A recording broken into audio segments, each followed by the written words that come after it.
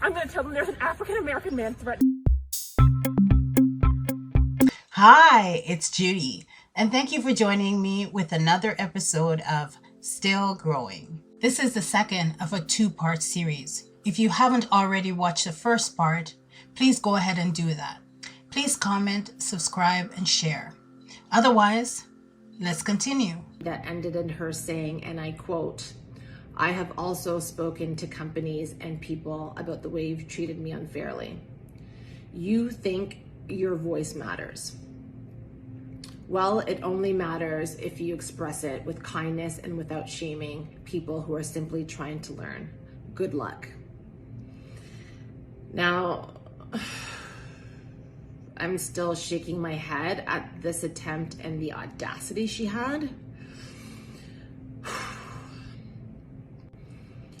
Now, not only is Jessica very well aware of her white privilege, but just like her fellow Canadian Amy Cooper, she spewed out that threat so effortlessly. But I think what makes this situation really horrendous is the threat or the claim that she was going ahead and speaking to brands and companies that I potentially have worked with or currently working with or could possibly work with.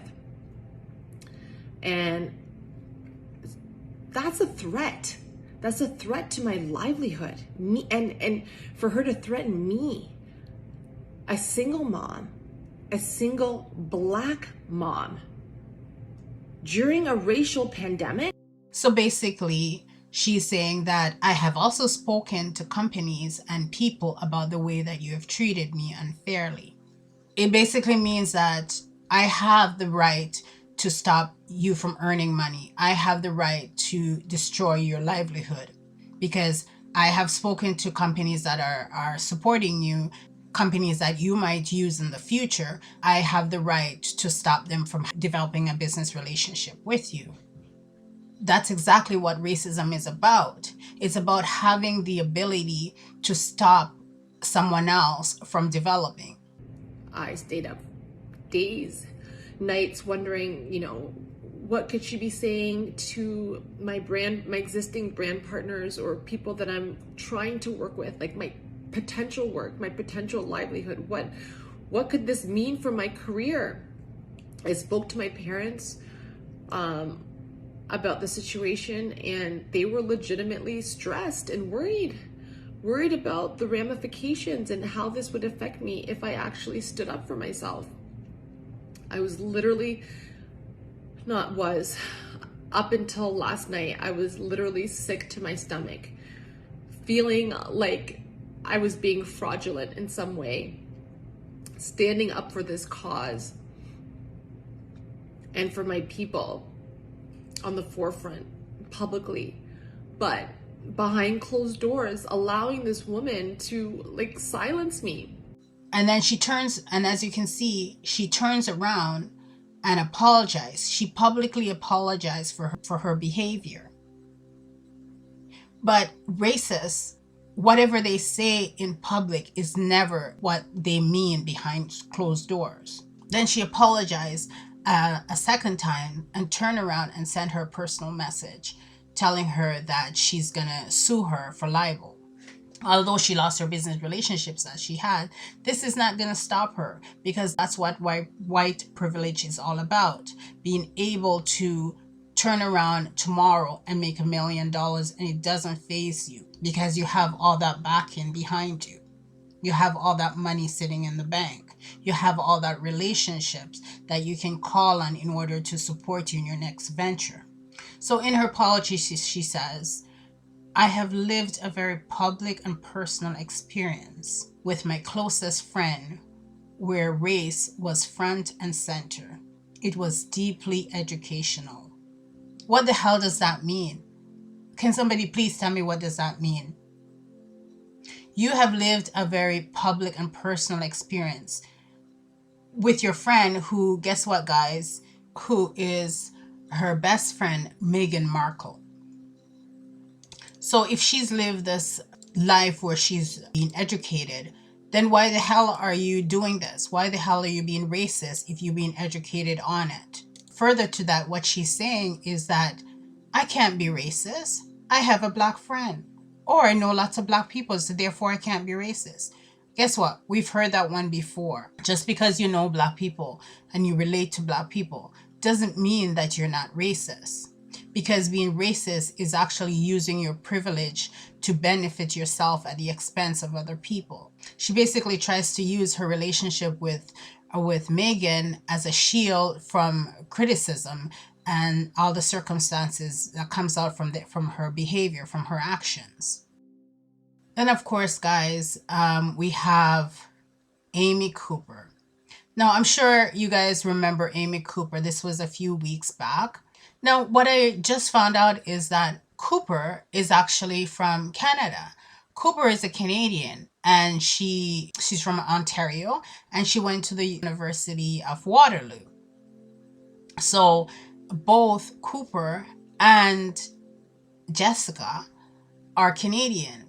So we don't have less racism over here in Canada than in the US. The only thing is that it's more polite racism. In your face, they're sweet and nice and polite, but they're still stopping your bag and stopping your development in every way they can think of. Now, if you remember, Cooper is the woman in the park who was... Okay, have a look. Please don't come close to me. Sir, I'm asking you to stop recording me. Please don't come close to me. Please take your phone off. Please don't come close to And me. I'm taking pictures and calling the cops. Please call the cops. Please call the cops. I'm going to tell them there's an African American man threatening my life. Please tell them whatever you like. Excuse me?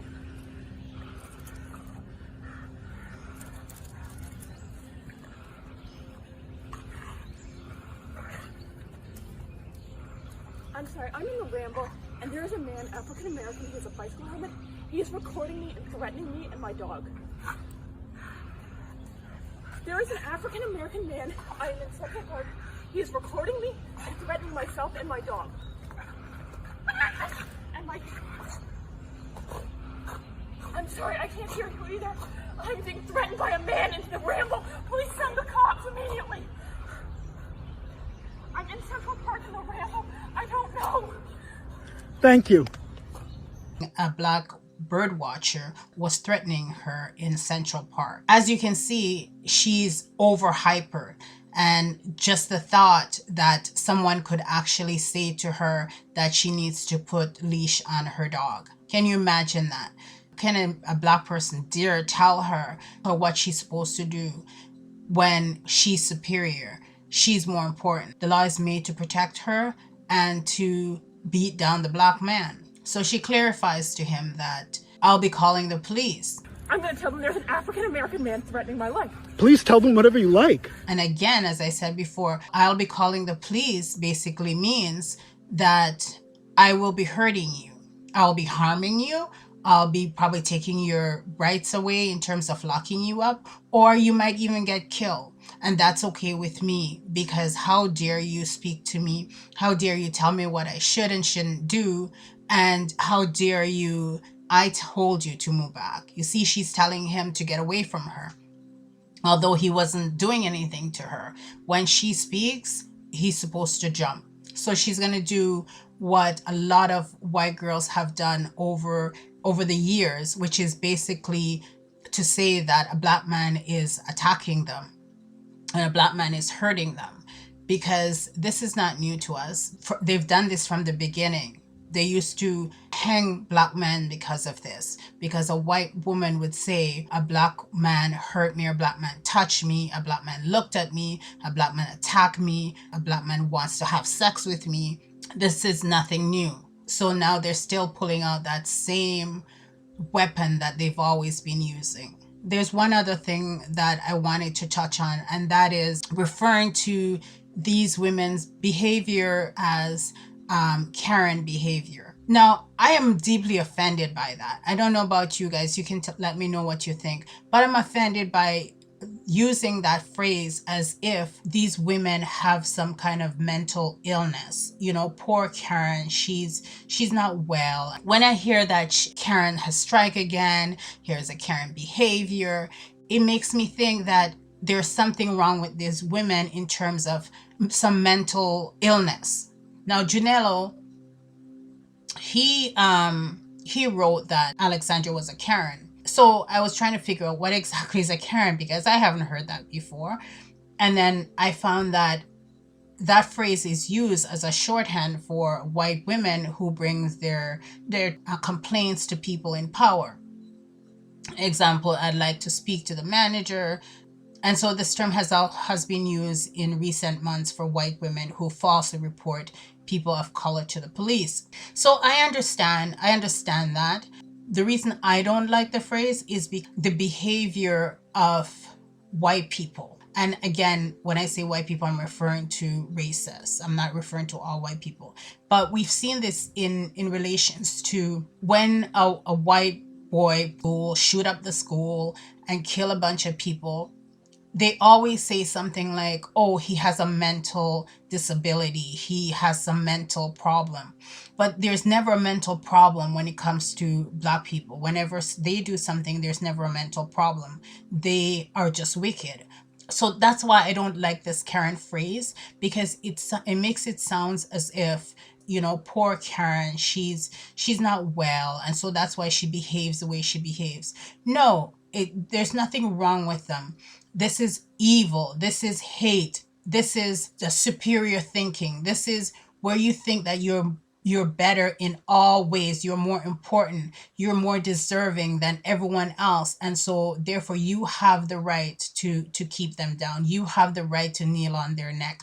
You have the right to fire them. You have the right to have them beat up. You have the right to have them jail. You have the right to have them shot, and you have the right to have them killed. This is their mentality. So saying, oh, Karen, there goes Karen, and that's a Karen behavior, I don't agree with it, but that's my take on it. So I'd love to hear what you guys think about it. Educate me if necessary. I'd love to know what you guys. Now, all these women have apologized for their behavior, have, you know, lost their job or lost their business connections. But at the end of the day, that doesn't matter, because they can bounce back. That's what white privilege is all about, is the fact that at the end of the day, they will survive, and they will survive in a big way, because they might lose business connection today, but tomorrow there's 100 other people willing to do business with them. They have the financial ability to be able to start another business tomorrow. They have the money in the bank to be able to not even work if they don't want to work, to continue to live a prosperous life. So in conclusion, be very clear, these women's behavior is racist. This is polite racism. This is social racism. This is nice, smiling face racism with educated, professional, and wealthy white racist women. Now we know. If you think you might be a racist, don't keep quiet and hide and wait for it to blow over and for everything to get back to normal. There is no going back to making the world great again. Let's just trump that idea. It's each person's responsibility to reevaluate themselves. Find your humanity, the basic thing that connects us all. Reach out and learn from the group of people on the other side of racism. I truly believe that we are alive to learn and grow for the better, and to leave this world in a better shape than how we found it. Start by making your own personal constructive change. What I would really like to see is these women and the thousands of other races around the world turn around and do something positive to show that they have actually learned something.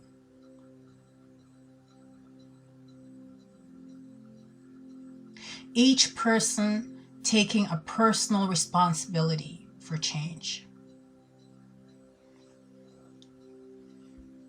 And remember to comment, subscribe, and share.